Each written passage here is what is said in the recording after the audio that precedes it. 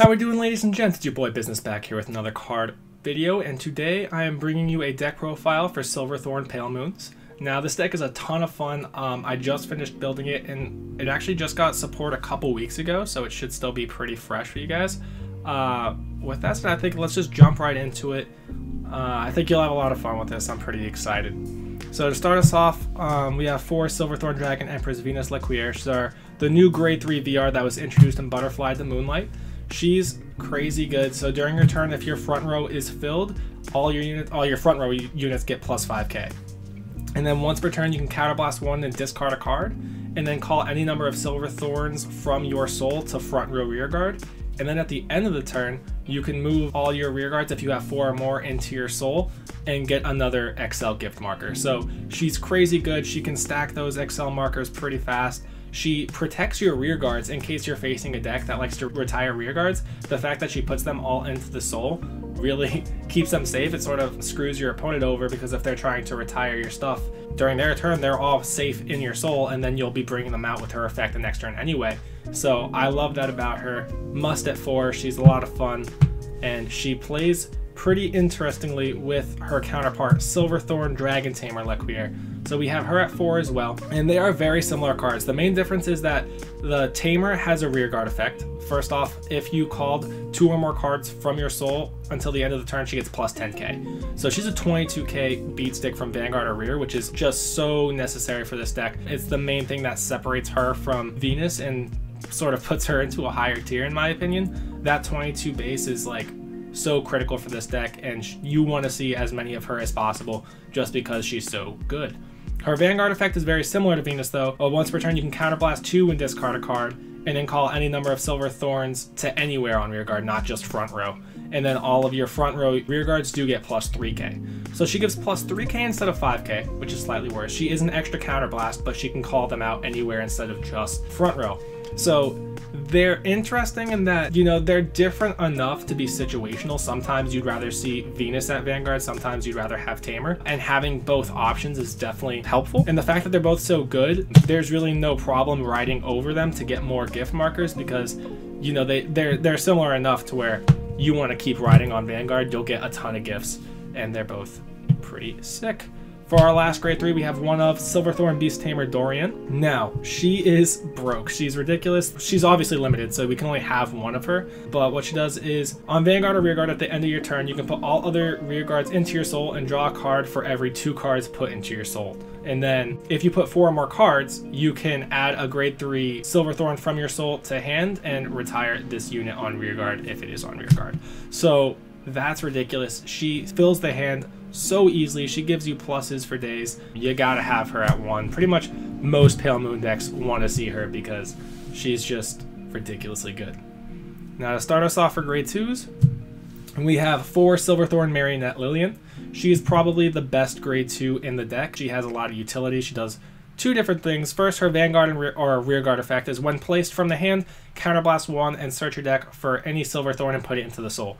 Now, not many cards allow you to pick exactly what card you want to put in the soul and then put it there. So the fact that she gives you that much freedom and flexibility to pick whatever card best suits the situation and put it into the soul is ridiculous. It really plays well for like Dorian, you only have 1 of, so you know the chances of seeing her otherwise are pretty slim.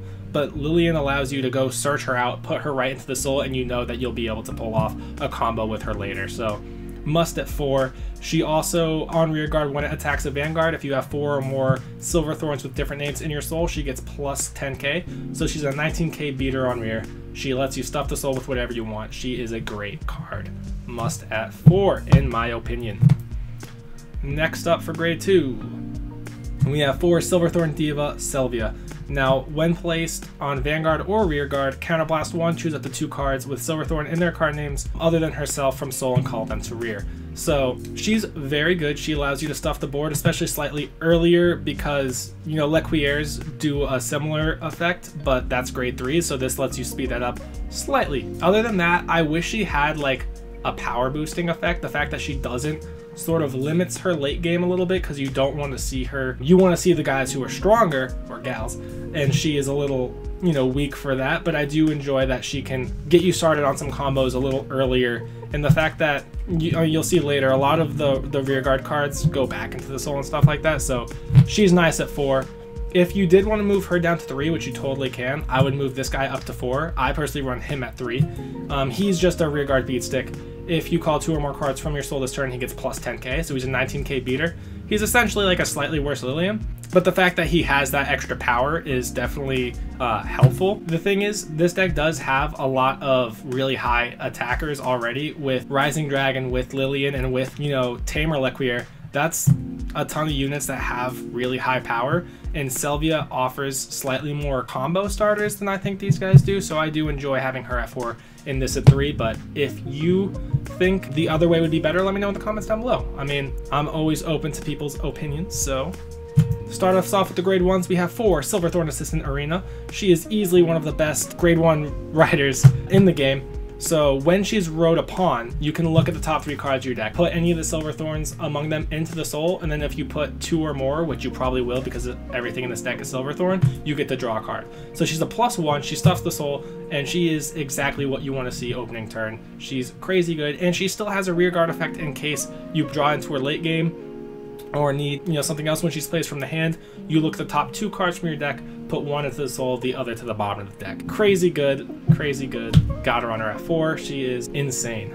So next up we have 4 Silverthorne Conqueror Rami. On rearguard act, you can rest her, put her into the soul, look at the top 3 cards of the deck, and put any Silverthorns among them into the soul, and then put the rest to the bottom of the deck in any order. So she's very similar to Arena, except she doesn't have the +1, but she has the benefit of doing it on rearguard and being able to do it whenever you want. Like, that's her cost, is pretty much just putting her into the soul. As long as you get her anyway, she's pretty much going right back into the soul, and then you get to stuff the soul with 3 more. So deck thins, stuff the soul, exactly what this deck wants to do.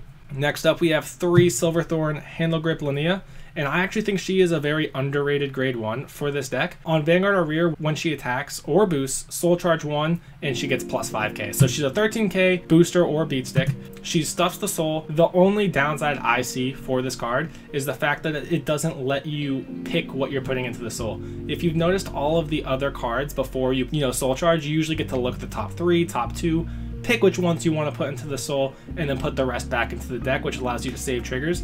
This one doesn't let you do that, which can be a little annoying at times. I'm sure some people won't like the fact that you just have to blind Soul Charge and you could lose triggers. I don't mind it as much because I like the consistency and the fact that she Soul Charges every turn. She gets 13k beef, which is awesome. I really enjoy her at 3, and I would suggest giving her a shot if you haven't already. Next up we have 2 Silverthorne Breathing Dragon. He's our last grade 1 in this deck.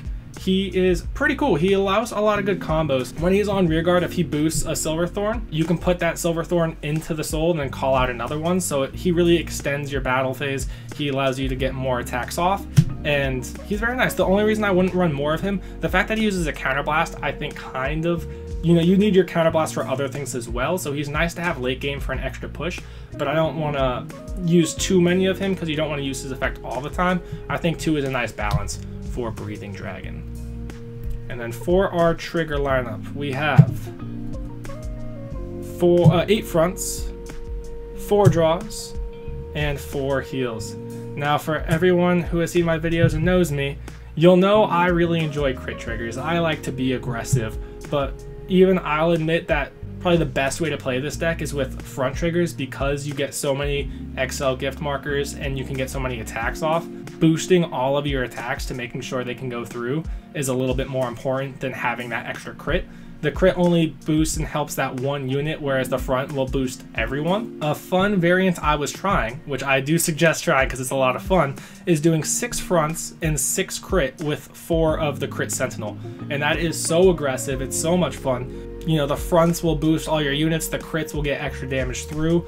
It's a little less balanced and it can bite you in the butt sometimes, but I think that it's for aggressive players, give that a shot. It's a lot of fun. For the more balanced players, I think this is probably the better variation to go for. And then last, we have our starter Silverthorne Assistant Lanella. Pretty standard right there. Just for those of you wondering, I do think that the Imaginary Gift Excel 2 is the best gift for Excels. It gives you the +1 and +5k. It's a pretty much no-brainer that that's the better route to go. And that pretty much wraps up this deck profile. So let me know what you thought of the deck down in the comments below, what you would do the same, what you would do different. I have a bunch more coming for you in the coming days. And if there's any decks in particular you're itching to see, let me know in the comments down below as well, and I will try and get those for you as soon as I can. Thanks for coming by. Don't forget to like and subscribe, and I'll see you next time.